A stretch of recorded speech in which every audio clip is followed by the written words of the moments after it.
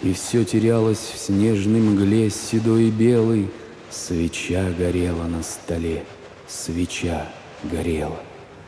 На свечку дул из угла, и жар соблазна вздымал, как ангел, два крыла крестообразно.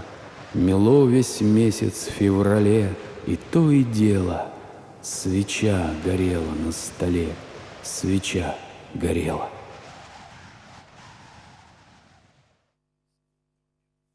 Великая Отечественная война сдвинула многих со своих насиженных мест.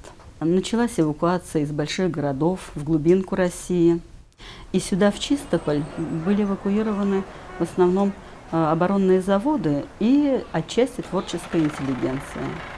Более 200 человек, среди них были и писатели, и артисты, музыканты, художники, деятели науки, осели в нашем городе на несколько лет. До Казани они ехали на поезде, а потом из Казани, вот по последней, что называется, воде, на теплоходе, они приплыли сюда, в Чистополь. Стояла уже глубокая осень, начинала замерзать Кама, холода в этот период, в этот год были очень сильные. И Борис Леонидович, приехав в Чистополь, даже не смог сначала найти здесь себе жилье. Совершенно случайно он попал в тот дом, где мы сейчас находимся, и занял в нем небольшую комнатку в 9 квадратных метров. Сюда прибыли Пастернак, Федин, Леонов, Ахматова. Маршак остался в Казани, и остальные тоже. Потом приехал уже Фадеев. Но дело в том, что это была последняя группа, которая приехала из Москвы. И она оказалась в сложном положении в том плане, что им негде было жить. Пастернак не мог поселиться к своей жене Зинаиде Николаевне, потому что она занимала служебную комнату, вот, являясь сестрой хозяйкой интерната Литфонда.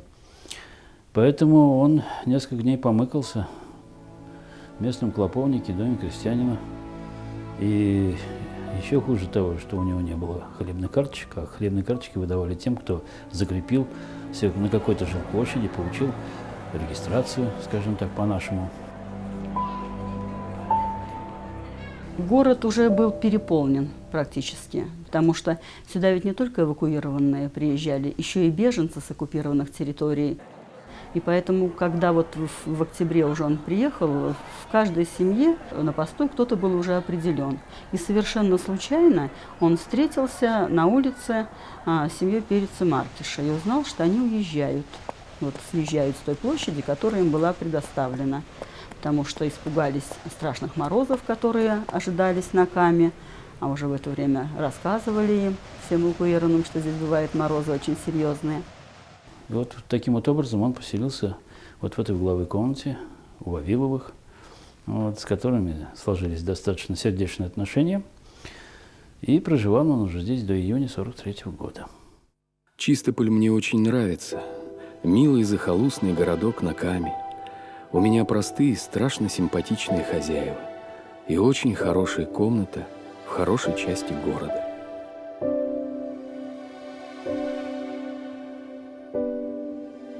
Я по множеству примет свой дом узнаю.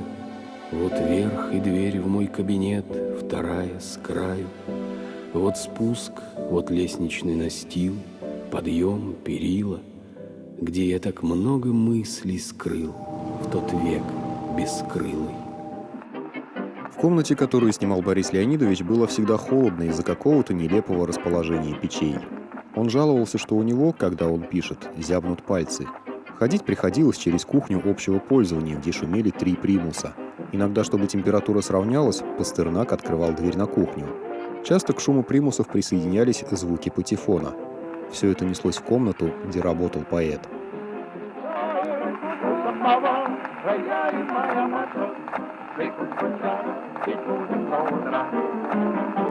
Он получил в пользование письменный стол. Естественно, вот эту обстановку он получил от хозяев.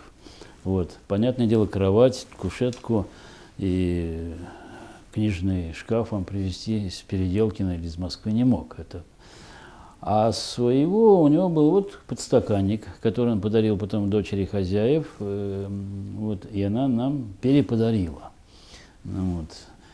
Ну и, конечно, ложечка, чернильница. А ручки я уж выклинчил у сына Пастернака. Вот.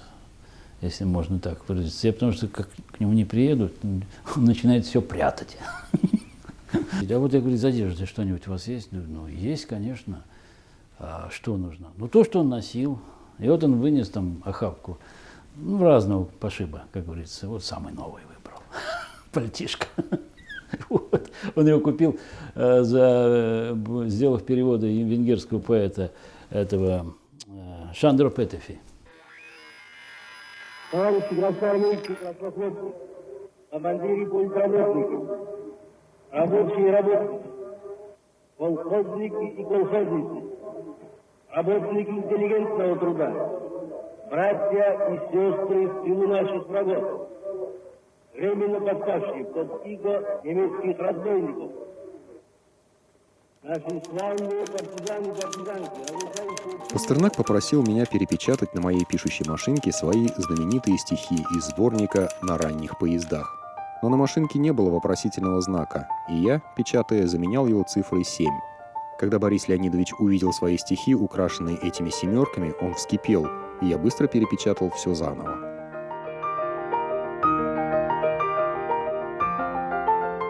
Пастернак все-таки был человек такой трудящийся, он работал очень активно. И вообще чистопольский период у него считается самым оптимальным период войны. Вот. Ведь он оказался в Чистополе в результате роковых военных обстоятельств. Он вообще мечтал отправиться на фронт, рвался туда. Но он не знал о такой небольшой тайне семейной. Зинаида Николаевна уговорила Фадеева вычеркнуть его из списков московского ополчения. Если бы он оказался там, он бы погиб в первые месяцы войны. Так интересно случилось, что обе войны Борис Леонидович провел в нашем Татарстане. Первую мировую войну он провел в Бондюге, работая на химических оборонных заводах, а вот Вторую Великую Отечественную войну уже в Чистополе. Жизнь в Чистополе хороша уже тем, что мы здесь ближе, чем в Москве, к природной стихии. Нас страшит мороз, радует оттепель, восстанавливаются естественные отношения человека с природой. И даже отсутствие удобств, всех этих кранов и штепселей, мне лично не кажется лишением.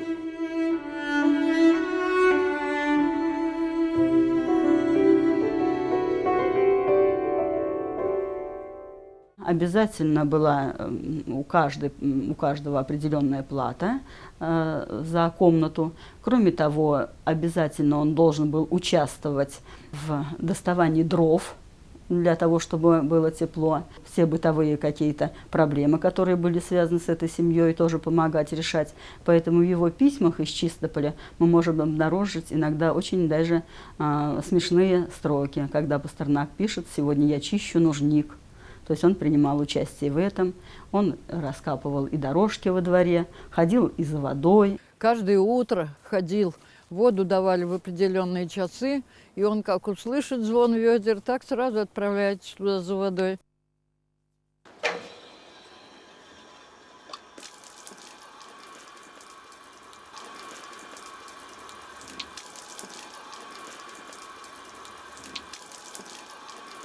Питание было устроено следующим образом, что открыто для них столовая Литфонда специально. Считалось, что там их подкармливают. Пастернак прекрасным чувством юмора, тонким обладал. И вот в одном из его писем, например, мы можем прочитать: «Сегодня в нашей литфондовской столовке давали щи. Мне удалось таки найти в них 2 капустины».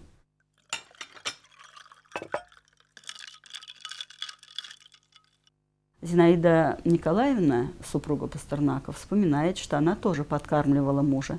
Она работала в интернате Литфонда с сестрой-хозяйкой, и там для детей, конечно, какие-то определенные уже блюда более сытные готовились. И иногда ей удавалось что-то для своего мужа оставить, там, приберечь и ему вот передать на ужин. Но, правда, будучи женщиной очень серьезной и суровой, она требовала тогда, чтобы Борис Леонидович приходил и отрабатывал эти ужины. Он колол дрова в интернате Литфонда, носил воду туда, очистил двор. В тот же вечер навещу семью под каланчою в каменном подвале. Пишет вот об этом каменном подвале. А каланчу убрали.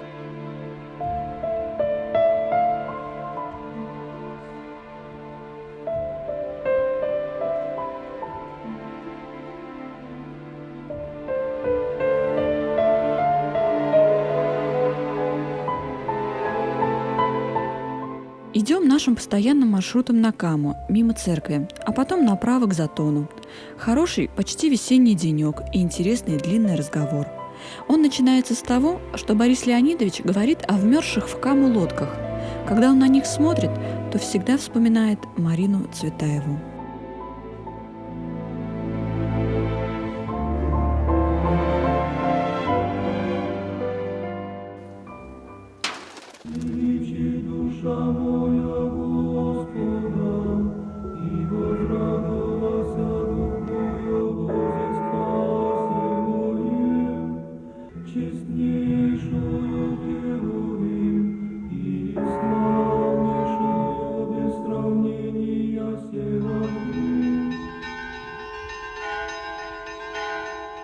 Многие писатели вспоминают, что 1941 год был очень трудным, а потом жизнь немножко наладилась, как они пишут, потому что многие из них завели здесь огородики на окраинах города, некоторые устроились уже на работу и получали паёк, то есть по карточкам тоже какие-то продукты выдавались.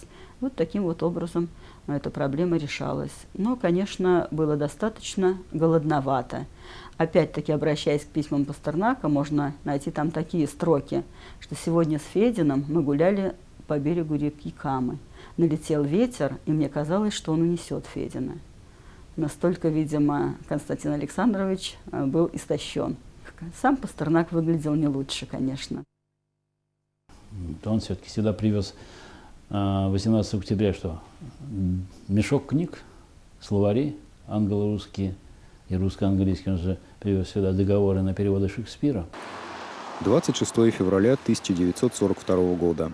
Сегодня в зале Дома учителя Борис Пастернак читает свой перевод «Ромео и Джульетты». Под вечер в городе произошла авария на электростанции, и свету нет. Пастернак читает, освещаемый 2 керосинками. Зал почти полон. Поэт в черном костюме, галстуке, на ногах белые валенки. Он абсолютно не актер, и когда в речах персонажей вроде кормилицы начинает как бы играть, то это получается наивно.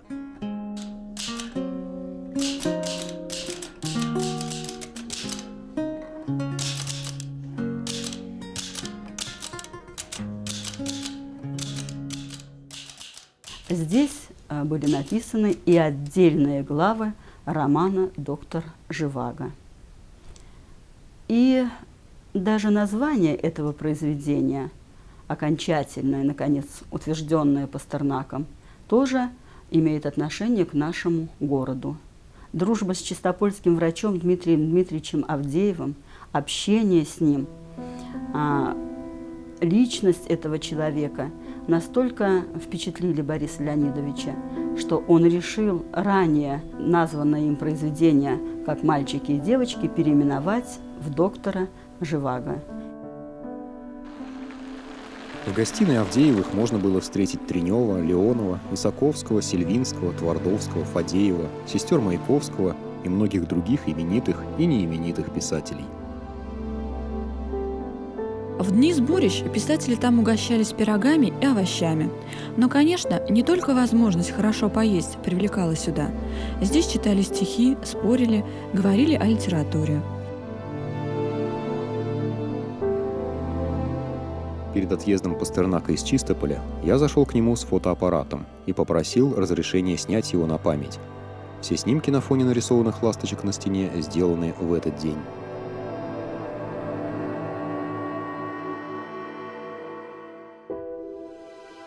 Я в большом долгу перед Чистополем. Я всегда любил нашу глушь, мелкие города и сельские местности больше столиц. И мил моему сердцу Чистополь, и зимы в нем, и жители, и дома.